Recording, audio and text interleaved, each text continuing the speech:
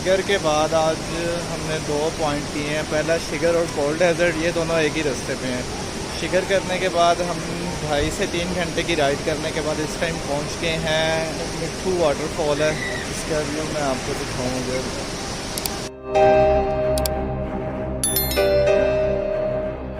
बहुत मज़े की जगह है, बहुत ही मज़े की जगह है।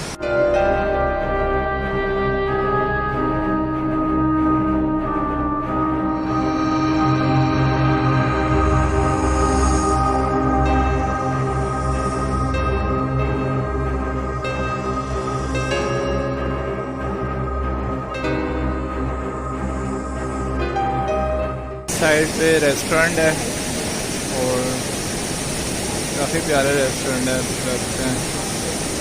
ये सारे रेस्टोरेंट का एरिया है।